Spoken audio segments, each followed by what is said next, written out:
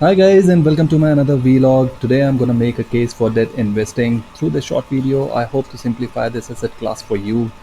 Don't forget to leave your feedback in the comment section below.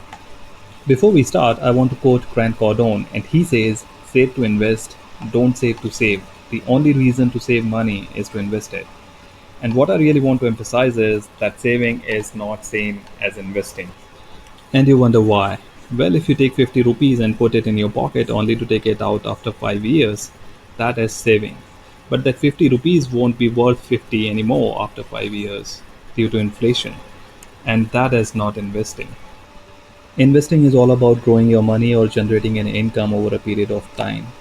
So we have a case for investing, and one of the very important and familiar asset class that we have is debt.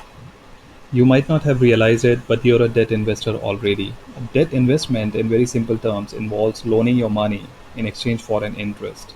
Your savings account with the bank is a debt investment, where you loan your money to the bank and bank pays you an interest. Though it's one of the worst debt investment that you can make, given the low interest rates offered by the banks on the savings account. If you take inflation and taxes on the interest earned into account, it's really like putting money into your pocket. Now, one of the most important factors to consider in debt investing is the borrower.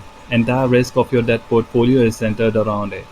In case a borrower fails to repay the loan, you can even lose your principal. So you need to be very careful in choosing the borrower. The safest borrower in the market is central or state government.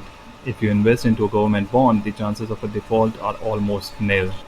And the easiest way to invest into a government bond is through National Savings Certificate, which is available at any post office. They offer a decent interest rate, which is reset every 6 months.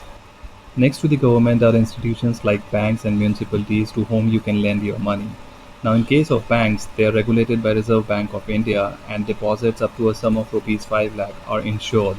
So the risk again is very low, but still there is a risk. The third type of borrower are the corporates. They are rated by various rating agencies. These ratings are no guarantee for safety, but still they form a very important filter criteria to apply before lending to a corporate. A very important point to remember in the context of debt investing is that except for bank deposits, most of the corporate NCDs and government bonds are tradable in the secondary market. That gives you an opportunity to produce capital gains in a falling rate scenario. For example, if you hold a debt investment where you had loaned 100,000 rupees at an interest rate of 8% and the current prevailing interest rate is 7%, then you can very easily sell this investment in the secondary market at a price much higher than its face value, that is 100,000 rupees. The second very important factor to consider in debt investing is the tenure of your loan. The longer the tenure, the higher the risk you carry in your debt investments. If you invest into a very long-term government bond, then you carry a very high interest rate risk because you can't predict how the interest rate will be 5 years from now. If you invest into a long-term corporate bond, then again you carry a risk because a business that is good today might not be a good business 5 years from now. So in my experience, it is always better to stay on the shorter side of the tenure when it comes to debt investing. If you're investing through the mutual funds, you have the flexibility to choose your investments based on the tenure. For example, if you invest into liquid funds, they invest into securities where the maturity is less than 90 days. Ultra short term funds where the maturity is between 3 to 6 months. Short term funds where the maturity is between 1 year to 3 years. Finally, making a case for debt investing. In my opinion, there are three main reasons to invest in debt. Number one, to reduce the overall volatility in your portfolio. Debt investments are far less volatile as compared to equities and can provide the much needed stability during uncertain times.